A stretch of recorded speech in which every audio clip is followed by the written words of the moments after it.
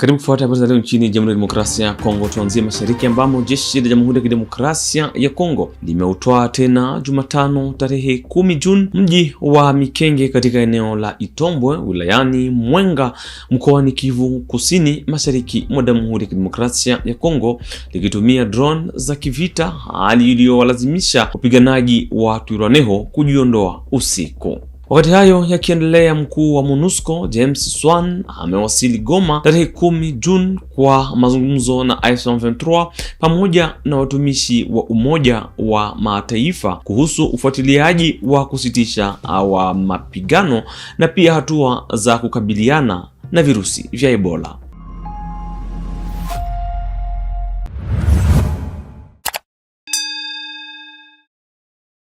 Hujambo. Jeshi la DRC limeutoa tena Jumatano tarehe 10 Juni mwaka huu mji wa Mikenge katika eneo la Itombwe wilayani Mwenga mkoani Kivu Kusini mashariki mwa Jamhuri ya Kidemokrasia ya Kongo.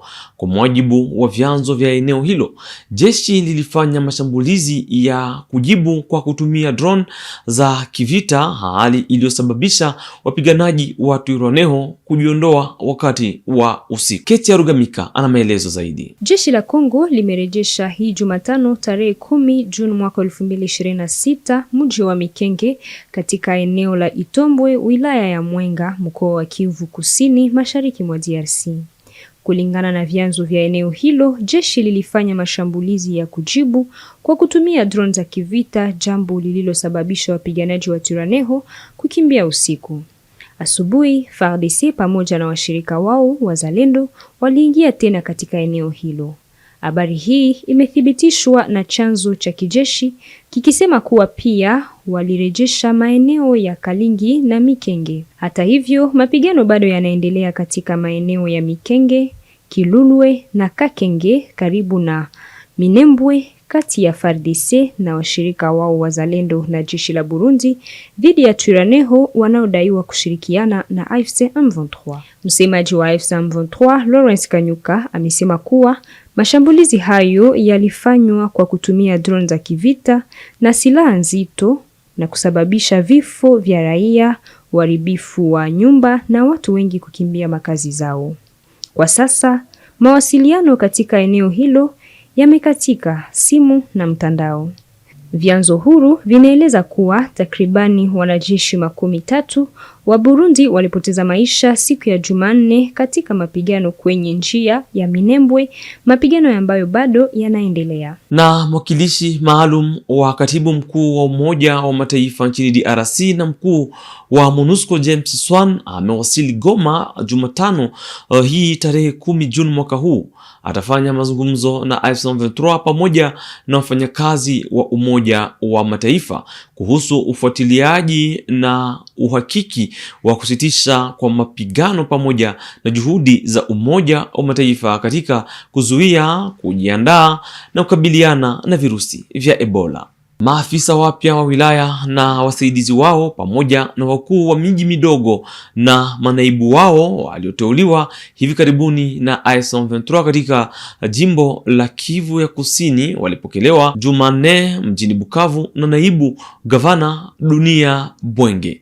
Mkutano huo ulikuwa sehemu ya maelekezo ya kutawala na utambulisho kwa viongozi wapya wa maeneo. Ripoti. Les nouveaux nominés par la hiérarchie du mouvement révolutionnaire Alliance Fleuve Congo, AFC M23, pour diriger les entités libérées, sont appelés à marcher selon la ligne de la révolution. C'est l'objet d'une réunion de prise de contact convoquée ce mardi 9 juin par le vice-gouverneur chargé des questions politiques, administratives et juridiques, Dux Denis Masumbuko Bwenge. Devant les nouveaux dirigeants récemment désignés par la coordination de l'AFC M23, il exigeait l'exemplarité. Objectif, se démarquer de ce qu'il remplace. La révolution a besoin de dirigeants dignes, modèles et au service de la population. Vous devez marquer votre passage sur tous les plans, a insisté le chargé des questions politiques, administratives et politiques. Entouré des conseillers du gouverneur de province en charge de l'intérieur, de la sécurité et de la politique, Duxdunia Masumbuko Bwenge s'est montré ferme à l'endroit des nouvelles autorités territoriales. Il les a félicités pour la confiance que la hiérarchie du mouvement vient de leur accorder, tout en leur recommandant prudence et vigilance. Le vice-gouverneur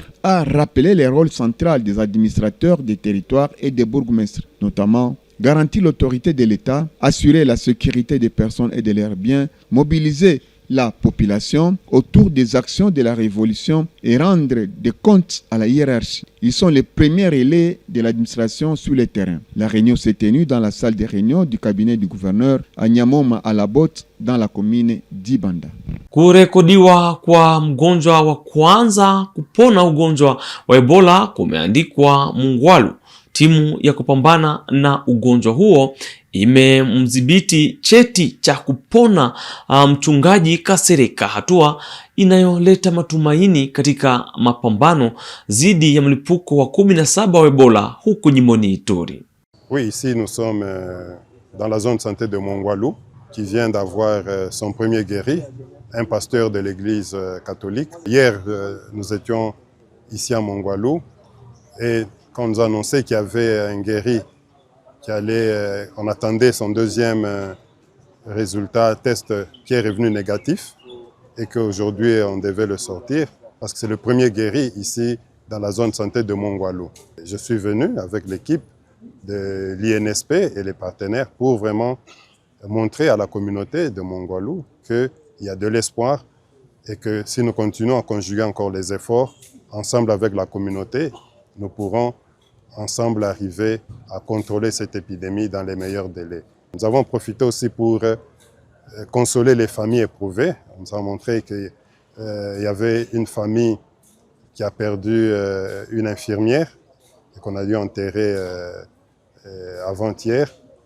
Et nous avons profité de l'occasion pour aussi présenter nos condoléances et l'assistance du ministère de la Santé, de l'INSP, à ces familles qui ont perdu les leurs, qui ont perdu des prestataires, parce que c'est une infirmière, donc c'est une prestataire de première ligne qui est tombée au front et qui a été confirmée positif d'Ebola. Donc nous avions tenu vraiment à présenter nos condoléances et présenter aussi la sollicitude du gouvernement, du ministère de la Santé, de l'INSP, à toutes les familles qui ont perdu les membres de leur famille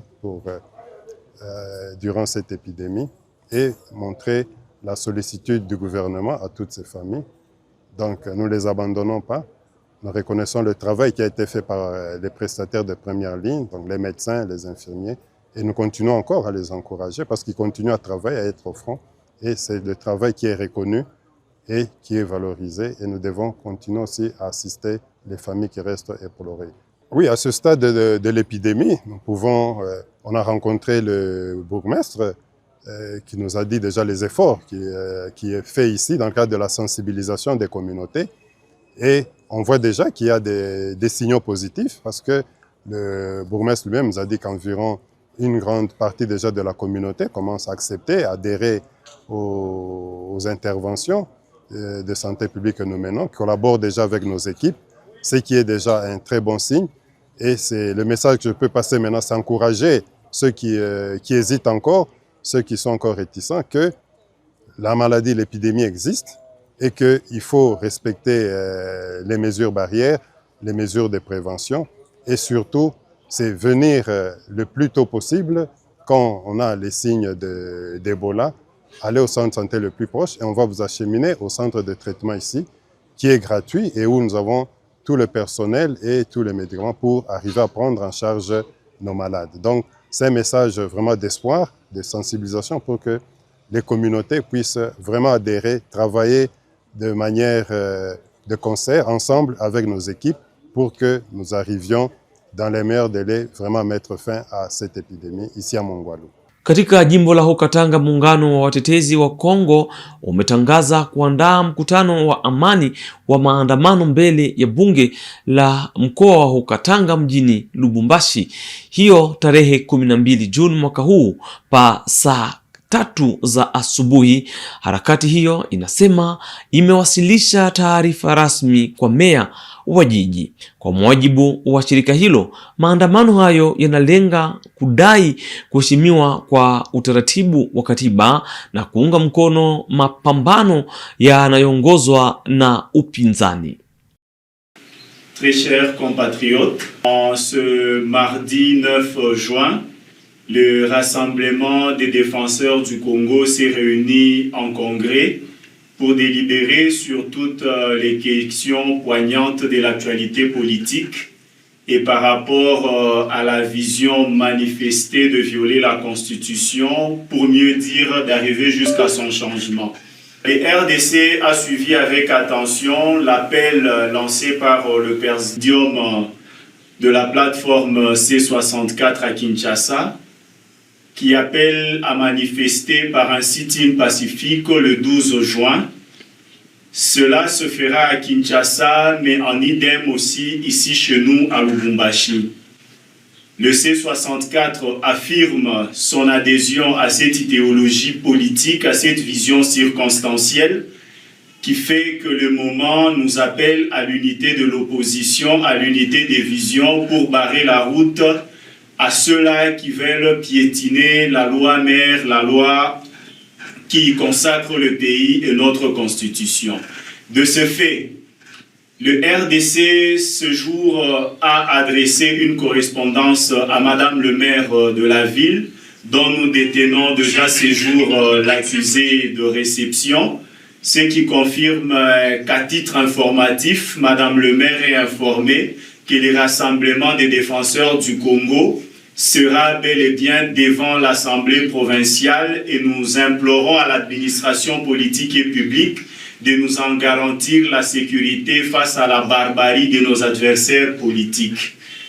Par rapport à ceux qui partagent la même vision que nous, par rapport à tous ceux-là qui pensent que la Constitution est à protéger, par rapport aux compatriotes qui estiment qu'il est temps de sauver la nation, nous faisons appel à tout le parti politique de l'opposition, que vous soyez membre signateur de la C64, que vous ne soyez pas membre, que vous soyez simplement un mouvement citoyen, mais plus large, que vous soyez compatriotes congolais, l'appel est lancé à vous tous pour participer ce 12 à un sit-in. Le lieu de rencontre, c'est devant l'Assemblée provinciale. C'est là que nous allons manifester notre mécontentement et notre refus catégorique à la dernière énergie de toucher à la Constitution qui a fait de M. Félix-Antoine Tshisekedi président de la République. De ce qui précède, nous prenons acte ce jour de nous engager jusqu'à ce que le régime en place abandonne son projet de toucher ou de modifier, voire de changer la Constitution de la République.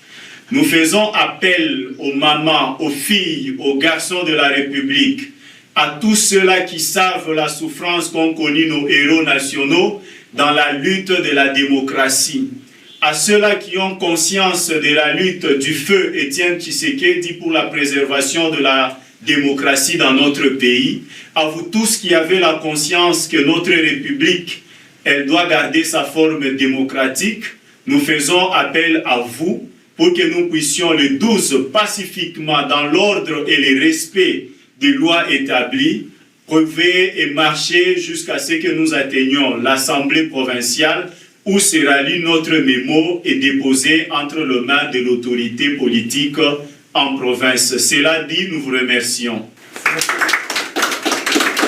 Tubaki katika maeneo yale ya DRC. Huko Lubumbashi, polisi wamewasilisha washukiwa 4 wa ujambazi, wakiwepo wanawake 2 waliokamatwa wakiwa na risasi, magazini za bunduki na bastola 1 ya kalibra ya nef. Kikosi cha uchunguzi wa uhalifu kiliwaonyesha wakati wa mkutano wa kila wiki mbele ya naibu kamishina wa polisi anayehusika na utawala. Commissaire provincial de la police nationale congolaise Yo Katanga, actuellement en mission à Lyon, en France, les groupes de recherche et d'investigation criminelle, conduits par le colonel Simplice Chikala, a procédé à l'arrestation de 5 présumés criminels, dont 2 femmes. Ces délinquants ont été présentés ce lundi 8 juin 2026 au commissaire provincial adjoint chargé de la police administrative, le colonel Balé Agwaki John, au cours de la parade hebdomadaire qu'il a présidée. Au cours de cette présentation, Le colonel Simplice Tchikala a également exhibé un important lot de matériel saisi entre les mains de ces hors-la-loi, notamment plus de 2850 munitions de calibre 7,62 mm, plus de 2 chargeurs garnis destinés aux fusils AK-47, ainsi qu'un des revolvers calibre 9 mm.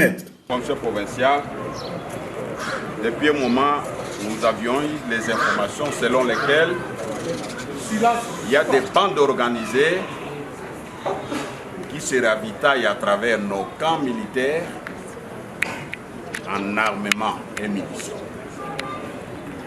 Nous avons déployé nos sources. C'est ainsi qu'il y a une semaine, nous avons mis la main tout d'abord sur Etomale Mbad. C'est un voleur à main armée, extrêmement dangereux. Sur lui, nous avons trouvé 1300 coups. Un revolver plus 2 charges. Les enquêtes sont en cours pour qu'on puisse tracer l'origine ou la source des provenances de ces munitions. Pas plus tard que samedi, parce qu'il y a plusieurs bandes, plusieurs réseaux. Nous avons également mis la main sur les 2 voleurs ici, Kisimba et Mavunga. Nous leur avons tendu un guet-en-peste, parce que c'était prévu qu'ils aillent vendre 2 armes. Arrivés sur le lieu des transactions, nous les avons surpris. Cette fois avec plus ou moins 230 coups. Nous leur avons demandé qu'ils aillent nous montrer là, ils ont caché les 2 armes qu'ils devraient vendre. C'est ainsi que nous avons fait la descente. Ils nous ont dirigé, c'est Madame Aridja Faïla. C'est chez elle que nous avons retrouvé 1420 coups. Na jiji la Kolwezi mkoani Lualaba linaendelea kuboresha miundombinu ya mijini ili kuboresha usafiri na maisha ya wananchi. Miongoni mwa miradi inayojitokeza ni barabara kuu za Lumumba na Eastern.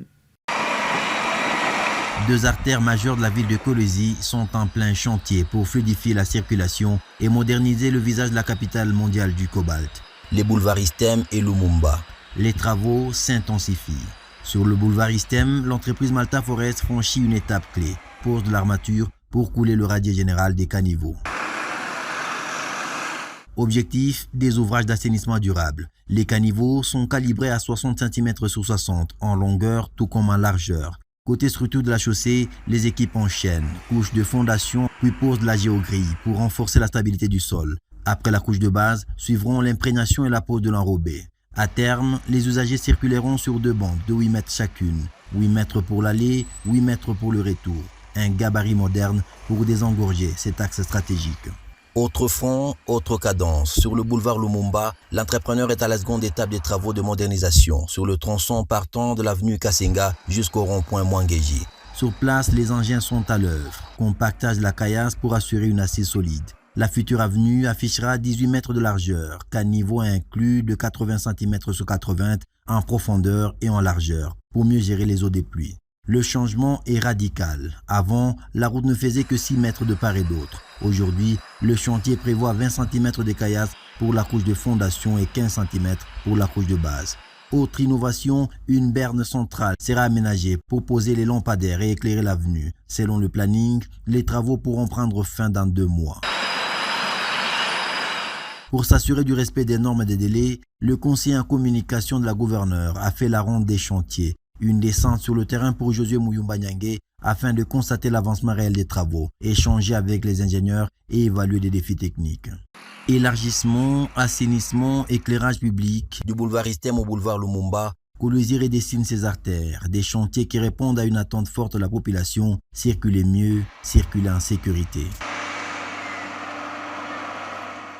Na kwa mwisho, huko Kananga, baada ya kazi zilizofanywa kwenye njia za Notre Dame, barabara ya Lulua na barabara ya uwanja wa ndege, kampuni ya Safrimex inaendelea kuweka lami katika njia ya Oasis.